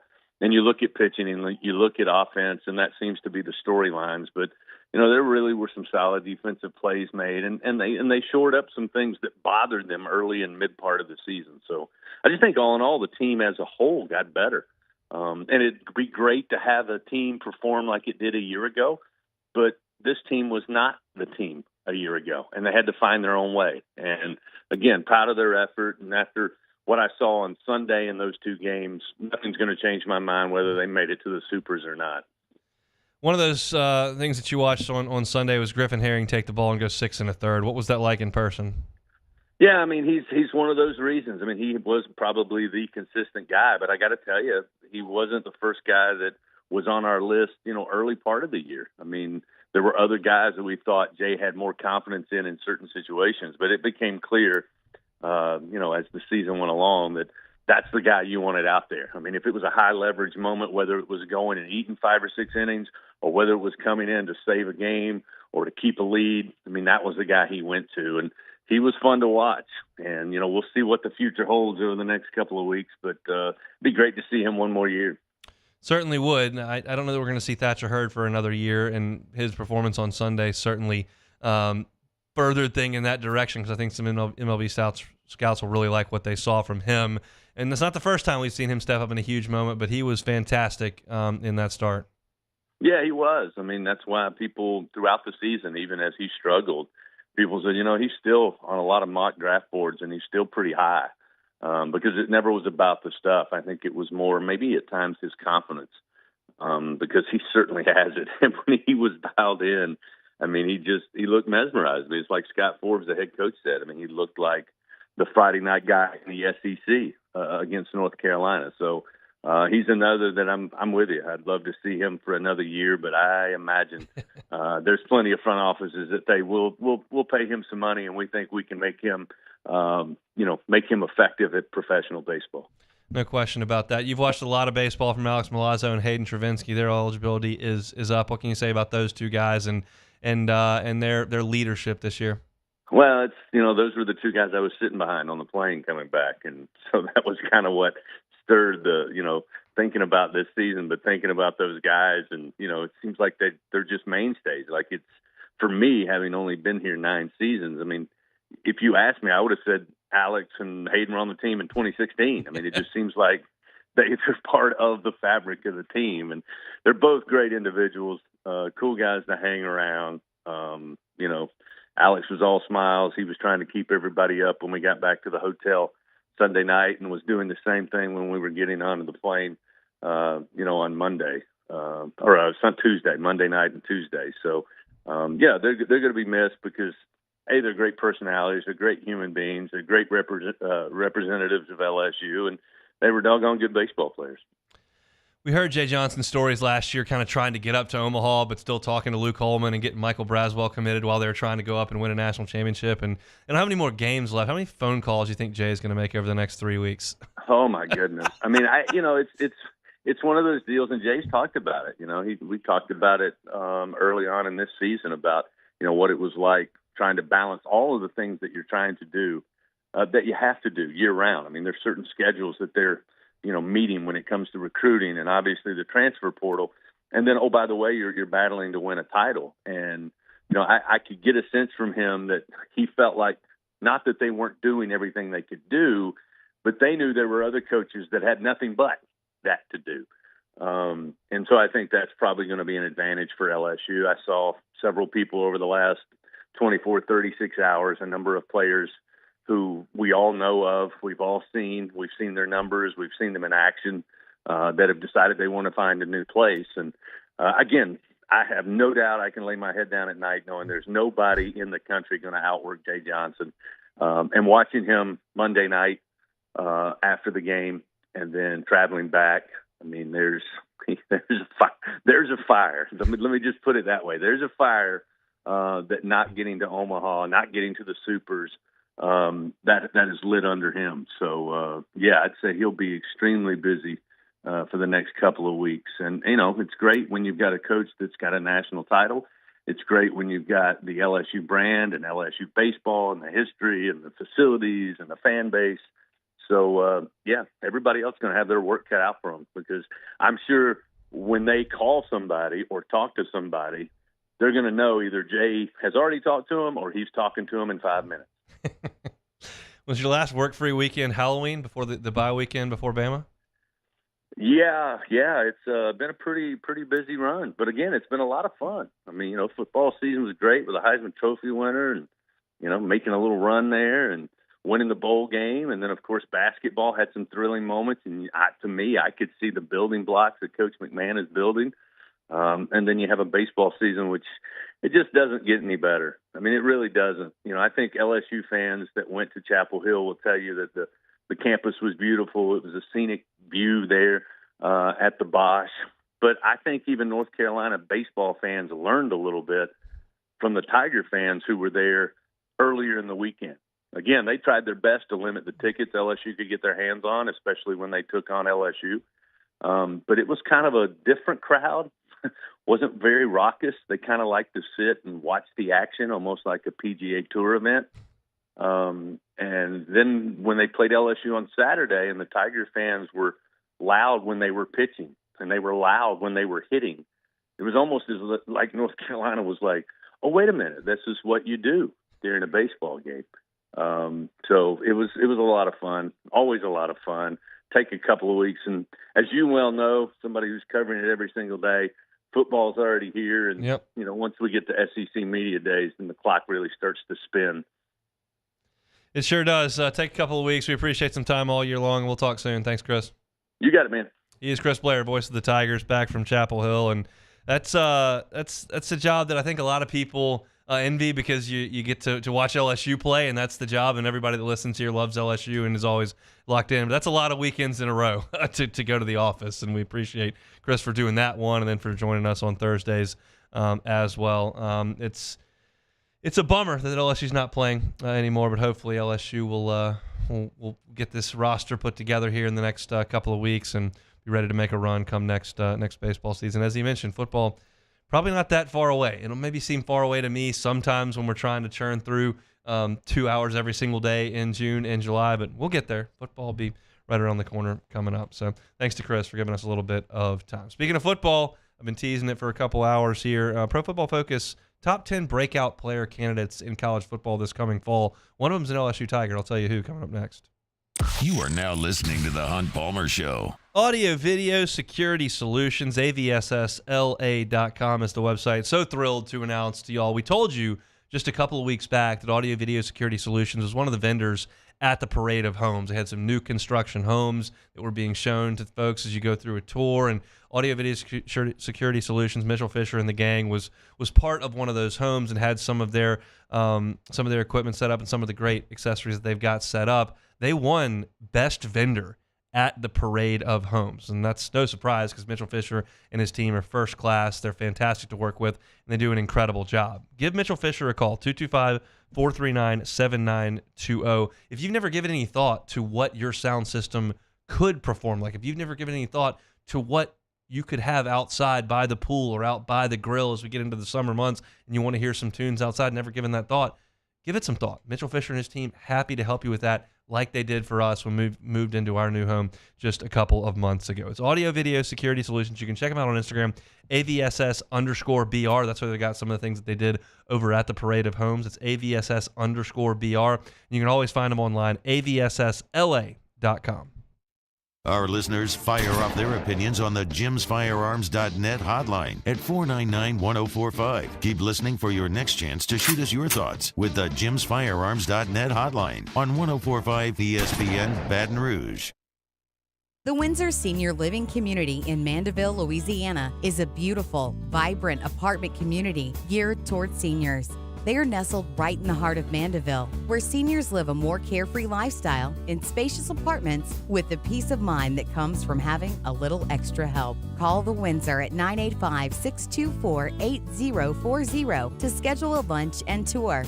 Come see how the Windsor can be your passport to peace of mind. Electricity is all around us, and our families depend on it.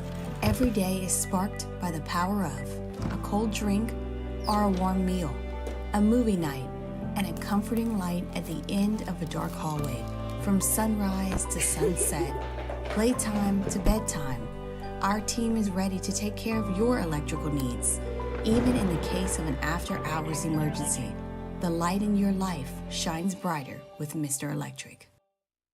Hey, it's Matt Moscona. For years, you've heard me tell you about Insurance Network of Louisiana, helping you find better coverage for less money. But it's not just for your home and auto.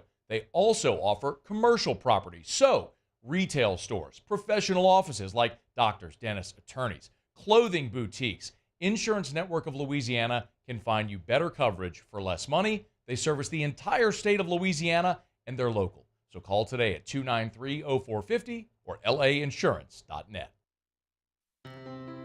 When it comes to ending cancer, we push forward, always working together for you. That's why our cancer experts at Ochsner have clinically integrated with MD Anderson Cancer Center. This means advanced cancer care, including access to life-saving clinical trials and integrating care to treat the whole you. Introducing Ochsner MD Anderson Cancer Center. Long live you. I've been doing business with Luba for 25 years. They're dependable, trustworthy. It's just the attention to detail with our clients. Our folks have years and years of experience. They're highly trained professionals, but many companies have that asset. What I'd like to think makes Luba a bit different is that we use those talents in a way that truly is dedicated to serving the needs of the folks who depend on us. Jerry and Benny Payne began Central Plumbing Company out of their driveway in Tanglewood subdivision. 50 years later and 4 generations down the road, we continue to serve Baton Rouge and the surrounding areas for all of their plumbing needs. Residential, commercial, industrial, or hospitality, Central Plumbing is here 24/7, 365. We want to thank our customers, family, and friends for 50 years of Moscona inviting you to join us for Thursday's AFR. Another day, another LSU Tiger has entered the portal. We'll update the baseball roster for you and some updated NFL win totals. What do they think about the Saints? Join us 3 to 6, 104.5 ESPN Baton Rouge.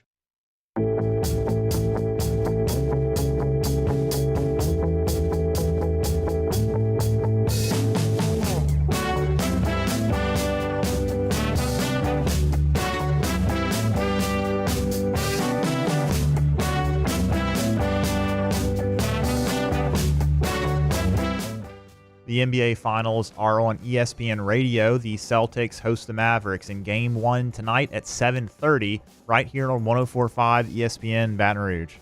You are listening to The Hunt Palmer Show, brought to you by Rouse's Supermarkets. Rouse's Supermarkets, the official supermarket of the New Orleans Saints, always bringing you our Thursday shows, and we certainly do appreciate them. On3 wrote a story earlier today, top 10 breakout candidates in college football in 2024. And there were some names on there that made a lot of sense. I think Jackson Arnold makes a ton of sense. You're talking about a guy who was a 5-star recruit who's now taken over at Oklahoma, a very high-profile school. That makes a lot of sense. Nico Iamaleava. I'll get that. That'll come off the tongue quickly come the fall, but it's not there yet. But he's a 5-star recruit. He's playing in Josh Heupel's offense. That makes a ton of sense. I feel like it's like Tua, how Tua was when he first came out. Nobody knew to say his name, but now everybody does. I'm going to do Tagovailoa pretty quickly. I think Iamaleava is going to get there pretty quickly, but I'm not there yet. But those two guys make a ton of sense. Connor Wigman at Texas A&M. We've seen some flashes from him as a young player, certainly unfortunately against LSU 2 years ago, and then early in the season last year before he got hurt. But a guy that's got a ton of potential. You're looking at Brock Vandegrift, who's a quarterback at Kentucky that was a 5-star, signed with Georgia. Now he's going to take over the reins at Kentucky. All those make a ton of sense, and they're all young players looking to kind of break out as they get their chance to start. Well, that's not the case with the LSU representative on this list. Not a young player, a 5th-year player, but one whose role is going to change, we all believe, in this LSU offense, and that is Kyron Lacey at wide receiver. On3 says that Lacey's been a remarkably steady presence over the last 4 years in college, putting up 2 solid years of production at Louisiana Lafayette and 2 quality years at LSU. He's coming off something of a breakout campaign in 2023, going for 558 yards and 7 touchdowns receiving. But Lacey's inclusion on this list is as much about opportunity as potential. With Malik Neighbors and Brian Thomas Jr. gone, LSU has needed a wideout to step up in a big way. That gives Lacey the potential to be a breakout player this fall. And I totally agree with that. Kyron Lacey has the ingredients to be an excellent player and a breakout player at LSU. He's got the height at 6'2". He's 215 pounds, and he was good as the third option last year. He had 7 touchdowns. I mean, you're talking about like Jarvis Landry is his sophomore year, which is his second year. First year with Zach Mettenberger, only had 5. He had 15 in his career at LSU, and Kyron Lacy last year had 7. Like, that's a pretty healthy number. 525 yards as a third option is a pretty healthy number. But we all expect that number is going to balloon this year, we hope, north of 1,000 yards. And when I think about Kyron Lacy last year, unfortunately, I do think about that drop against Florida State. That was a crucial drop that he had there on a third down that forced a punt, and the snowball really got going in LSU. Daniels threw an interception on Malik Neighbors' slip on the next drive, and things really spiraled for LSU. But after that, which there was a lot of football to be played after that, Kyron Lacy played really well. I don't know that he's the fastest wide receiver on LSU's team. I don't know that he's the most physical wide receiver on LSU's team. But I think he's got a chance to be the most productive and veteran wide receiver on LSU's team. You bring in C.J. Daniels, you expect some good things from him. You bring in Xavier Thomas, you expect good things from him. I like some of the young wide receivers that LSU has on this team that haven't really had a chance, because when you've got Brian Thomas and Malik Neighbors, who go in the first round of the draft, and you've got a fourth-year senior in Kyron Lacy, and you've got a second-year veteran at this point in Mason Taylor, like, there's not a lot of room for those young receivers to come up. But now the exact opposite is true, because you've got 2,500 yards worth of receiving wide open to you, because Brian Thomas and Malik Neighbors are gone. And I think it makes a lot of sense for Kyron Lacy to become a household name in the SEC this year. I don't know that LSU requires it to be great, but it certainly is a good start, and it's the safest bet for Garrett Nussmeier and this team. I thought Kyron Lacy had a really nice spring, and I expect that he will be the leader of a group that's looking for some more guys to step in once they get to fall camp coming up in the fall. I think LSU's passing game is going to be good this year. I think that while I do have some questions about the offensive line's ability to run block, because these same guys didn't block really well for the run game against Alabama or against Florida State last year, I do trust them implicitly to protect the passer. And once you protect the passer, it starts with Campbell and Jones. Once they protect the passer, it's incumbent upon the wide receivers to do their work, and then Nussmeier to distribute. And I think Kyron Lacy is more than capable of being really good in that portion of the game. So you're ranking concerns for me on LSU's team, the passing game, specifically Kyron Lacy, way down the list. Way down the list at this point in the summer. I think Kyron Lacy is going to be a really, really good one. And I'm pumped that he was included on this list of the top 10 breakout stars, not in the SEC, not at wide receiver, in the country. He's included in this list. And it's a lot of guys who are really young, but you're talking about a guy that's an older guy that may have his best year as a Tiger coming up. Incidentally, just to kind of put this thing together, one of the names on this list, LSU will get to know really, really quickly, and that is Miller Moss at Southern Cal. Guy that was good in the bowl game against Louisville, 23 of 33 for 372 and 6 touchdowns. He was a 4-star prospect. He's got Lincoln Riley's keys now, got to drive that car. Maybe Kyron Lacy and Miller Moss are locked up in a scoring duel coming up in the desert in Las Vegas. Interesting to see him included here as well. So I thought that was a cool little nugget. Wanted to pass along here on a Thursday. If you're looking for our LSU content and you just want football 365 days a year, we got you covered.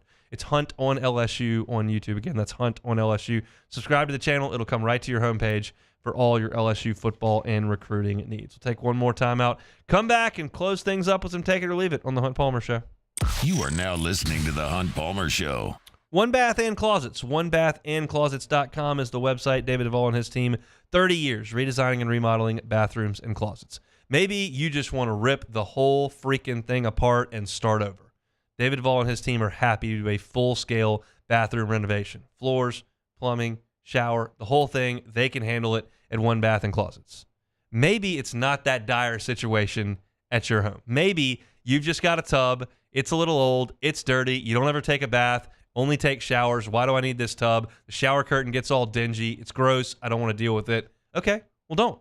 Tub to shower conversion. It's very, very simple. David Duvall and his team come in. They take out that tub that's dirty and old and dingy and you don't use. Put in a gorgeous glass walk-in shower. Totally changes the look of your bathroom, totally changes the functionality of your bathroom, adds value to your home, and makes everybody happy. And I'll make you even happier. It's $1,000 off if you tell David Duvall and his team that you heard about them on One Bath and Closets on the Hunt Palmer Show. It's One Bath and Closets. Check them out online, onebathandclosets.com. Get that free consultation. Let David and his team come in and see you today. It's One Bath and Closets online at onebathandclosets.com. In times of need, get a full list of phone numbers, websites, and other important emergency information on the Demco Stormwatch page at 1045ESPN.com.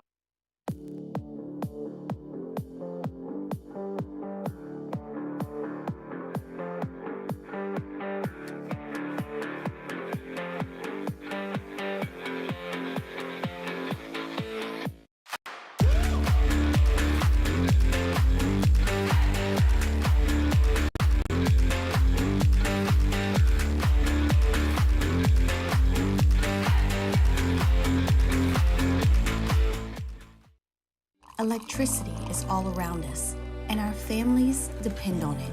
Every day is sparked by the power of a cold drink or a warm meal, a movie night, and a comforting light at the end of a dark hallway.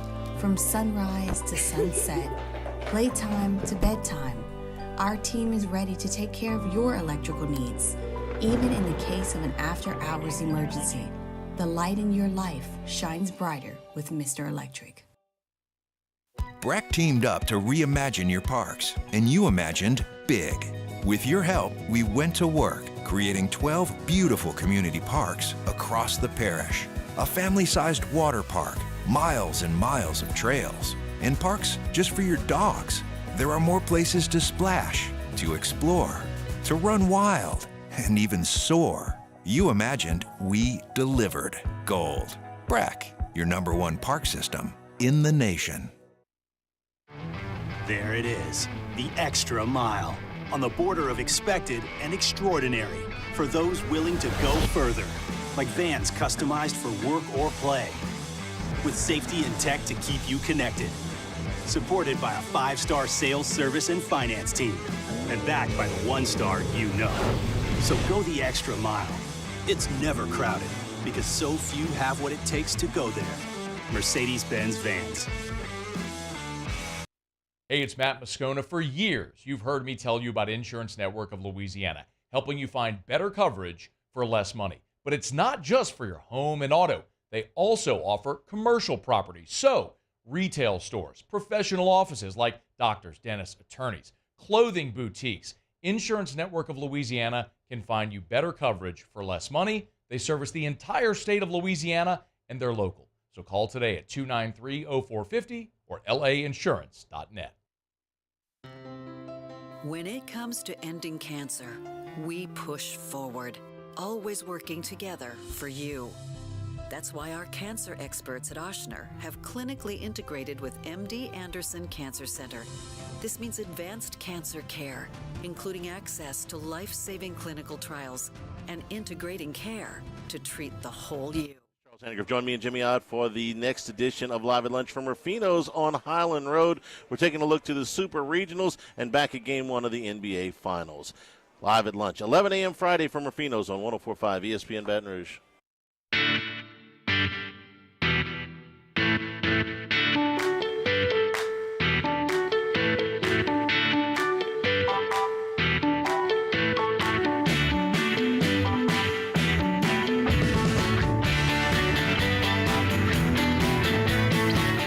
Clock out and rock out with us tomorrow in downtown Baton Rouge from 5 to 8 p.m. for the last Live After 5 of the spring. This Friday, come out to see the Bucktown All-Stars for the Live After 5 finale.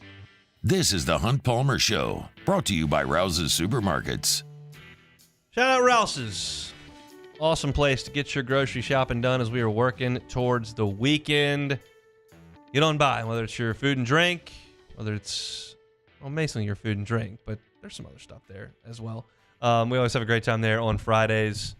Burbank and Lee is my preferred location. T-Bob, likely to be there tomorrow. Love our friends over at Rouse's. Appreciate them bringing you our Thursday shows. They're the official supermarket of the New Orleans Saints. All right, back. Let's play some Take It or Leave It. All right, first one here. Texas A&M say they will not bring back the bonfire for the Texas rivalry, which will resume this year. The rivalry will resume this year, not the bonfire. In 1999, 12 people were killed and 27 more were wounded when the log stack collapsed during construction. Take it or leave it. I'll take it. I feel like they could probably do it like professionally, get like a whole group to come in there and do it, as opposed to having students try to build a 60-foot high bonfire. That is a really cool tradition to have that huge bonfire. Unfortunately, when something goes that horribly wrong and is that tragic, like it's tough to jump back in there, and it's okay. They don't need to do the bonfire, but I do think it's really cool. If they had a professional company come in with like real equipment and like make it happen, I'd be all for that. But if we're not going to do that, then yeah, I think it's best that you probably leave that. There are reports that the LA Lakers are courting Dan Hurley, UConn basketball coach. Hurley is looking for a pay raise from the Huskies. Take it or leave it. I'm probably going to take it. Like, I think there's a real chance at that. I mean, there probably aren't a lot of teams that could come calling in the college ranks that would force UConn to the table. Maybe Kentucky would have been one, and I think they did make an offer there. But obviously, Hurley was content to stay. The Lakers are a little different case. And as you mentioned back, like, it's your probability of being fired within 4 years in the NBA is really, really high. Especially the Lakers. Yeah. So, and yeah, you got LeBron on your team, you're definitely getting fired. Everybody gets fired with LeBron except for Spoelstra. So I think that it's reasonable for the Lakers to make this overture. I think it's reasonable for Dan Hurley to look at it. I think it's probably the best way to get UConn to find another $800,000 a year in the coffers to make sure that you stick around, because that's the livelihood of their athletic program. But it's an interesting thing. I'm curious to see what he decides to do. My gut tells me he stays at UConn. Yeah, I agree with you there. Moving on, the Minnesota Vikings have unveiled new all-white Winter Warrior quote-unquote uniforms featuring a silver stripe down the middle of the helmet. The rest of it's white, but they have purple numbers on the jersey. Uniforms are, take it or leave it. Uniforms are, we'll leave it. I think it looks dumb. It does look dumb. I think it looks really dumb. A lot of people on Twitter love it. I think it looks dumb. Also, consider the fact that you're playing football, and a lot of times the jerseys tend to get dirty. Yeah. So you're wearing all white uniforms. They're probably going to be icy white, and then after about one quarter, they're going to be all with green stains all over them. Yes. So maybe consider that. Sure, that's just the case of football uniforms. They're going to get a little dirty. Do you like the current Vikings uniforms that are kind of new age, or do you like the Dante Culpepper ones? Well, I think the Dante Culpepper era are superior. The new ones are good. I think the current Minnesota Vikings purple unis are probably in the top 10 of uniforms in the NFL, in my opinion. In my opinion, they are. I think they're pretty good, and they have enough. Like, I think they're bottom 10. Okay, well, the uniforms are does speak with rule with an iron fist. Rule with an iron fist. I bang the gavel. These stink. I'm out. Yeah. All right. And last one here, the Rougarou. Yeah. Going up against the Lake Charles Gumbo Gators tonight. Take it or leave it. I mean, you got to take it. Absolutely. A couple things on this game. One, I'm going to be on the call. Should be an electrifying broadcast of the Rougarou. Two, if you're worried, man, it's been raining a lot. Like, can they even play? They can play. I'll tell you this because there's video evidence that I have seen of a helicopter flying over Goldsby Field today to dry it out. They had to cancel the doubleheader yesterday, but they are going to play. It's the G Team night tonight. That means everybody gets in free. You can meet Hayden Travinsky. You can meet Jared Jones. Who else is going to be there? I think Jacques Doucet had tweeted about it, so I'll pull up those names. Are they playing? No, they're not playing. Okay. They're just going to be there for you to be able to meet them. I'm going to get all the LSU Tigers who are going to be there because Jock tweeted about it, and I'll just pull up his Twitter feed right here because we have a little bit of time. If you want to meet Jock tweeting about charity, how dare he tweet about charity? Jared Jones, Hayden Travinsky, Josh Pearson, Alex Milazzo, Gavin Guidry will be out at Goldsby Field. First pitch is at 7 o'clock tonight. So I'm excited to watch Blaze Priester play. He's on the Rougarou team. He will be at LSU next year as a potential option as a catcher, and he plays for the Rougarou, so I'm excited to see that. You can meet those 5 LSU Tigers, get in free. It's always an enjoyable time to get out and see the Rougarou. It's summer. I know kids are looking for things to do. Parents are looking for things to do with their kids. It's affordable, obviously. Even the food and drink is very affordable. There's great beverages for the adults, great fun for the kids, bounce houses, and it's real baseball. Plus, you can meet some LSU players. So I'm looking forward to getting out there. I mean, look, you got some intense names in the Texas Collegiate League. You got the Rougarou, and you got the Gumbo Gators that's spelled E-A-U-X on Gumbo. Yeah. That's a lot. But hey, is. it's gonna be some baseball tonight at Pete Goldsby, so I'm excited to get out there and check it out for Ronnie Rance and company. So if you can't make it out, you can listen to me here on 104.5 ESPN Baton Rouge. All right, that's it for a Thursday edition. I've got a just absolute tickle in the back of my throat that's going to make it difficult to get through the next minute and 15 seconds, but we're going to power through it. You got it. And tell you where you can find our show. You can find it on demand. 1045ESPN.com's on demand tab, Apple Podcasts, Spotify, Google. Wherever you find your sound, you can find us also on YouTube. Aiden Moffett's hitting the transfer portal. I talked about that to open the show and what that means for him and this LSU team. Luke Johnson was with us talking Saints at 1:15. You can find that on YouTube at Hunt on Saints. All our Saints content is there all year round. LSU's eyeing the golf course as a potential location for its new arena and event center and entertainment district. My thoughts on that at the end of hour number 1. Most important baseball summers, I named 3 guys: Brady Neal, Jake Brown, Cam Johnson. I gave you reasons why those guys headed to Cape Cod this summer have a big summer in front of them. Chris Blair, gracious enough to be with us all year long, talking football, basketball, and baseball with us on Thursdays. He was with us at 2:15. And then some Pro Football Focus talk with Kyron Lacey being a potential breakout candidate, top 10 in the country by Pro Football Focus. You can catch all of that on demand. Excited for tomorrow's show. We'll talk with Krista Mui about baseball. We'll talk with Preston Guy about football. And Joe Healy will join us to preview the Super Regionals from an SEC perspective coming up on tomorrow's show as well. Have a safe and happy Thursday evening. We're back same time tomorrow. Matt's going to drive you home on AFR coming up next.